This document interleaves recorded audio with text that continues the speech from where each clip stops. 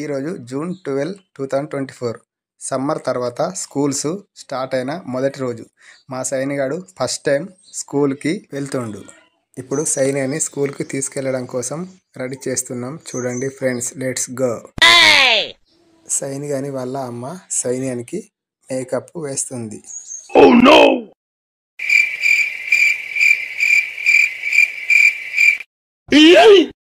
సైనియానికి వేడి చేసిన పాలలో బూస్ట్ వేసి కలిపి తాపిస్తుంది.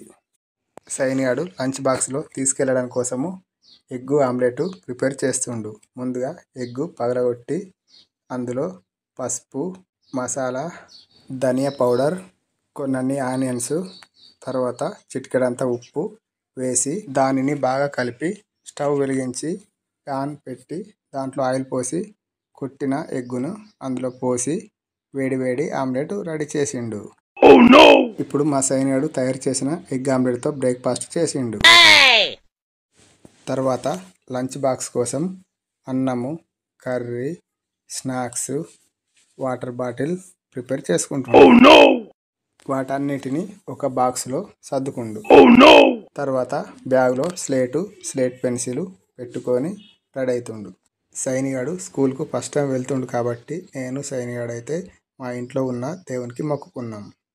మొత్తానికైతే మా సైనిగాడు స్కూల్కు పోవడం కోసం మొత్తం ప్రిపేర్ అయ్యిండు. ఇప్పుడు నేను మా సైనియాన్ని నా బైక్ పైన ఎక్కించుకొని స్కూల్కి తీసుకెళ్తున్నా.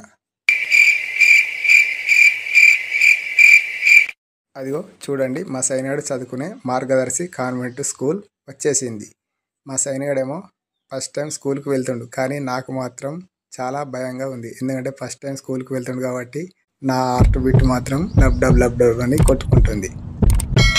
మొత్తానికైతే మా సైనిగాడు నర్సరీ క్లాస్ రూమ్లో ఫస్ట్ టైం అడుగు పెట్టడం జరిగింది. మా సైనియాన్ వల్ల ప్రిన్సిపల్ ముత్యాప్ రెడ్డి సారు గారు వచ్చి కూడా మా సైనియాన్ని ప్రోత్సహించడం జరిగింది. మొత్తానికైతే మా సైనిగాడు నర్సరీ క్లాసులో ఫస్ట్ టైం కూర్చొని చదువుకుంటుండు. సైనిగాడు నన్ను ఇంటికి వెళ్ళమని నాకు బాయ్ చెప్పిండు. ఇక్కడైతే పిల్లలు గేమ్స్ ఆడుకోవడానికి రకరకాల గేమ్స్ కూడా ఉన్నాయి. మొత్తానికైతే మా సైనిగాడు స్కూలు ఫస్ట్ డే సక్సెస్ఫుల్గా కంప్లీట్ చేసుకొని ఆటోలో అయితే ఇంటికి రావడం జరిగింది. అదిగో చూడండి, మా సైనిగాడు ఆటోలో వచ్చిండు. అరే పట్టడా, ఫస్ట్ డే స్కూల్కి మంచిగా వెళ్ళి వచ్చిండు. Very good Saini.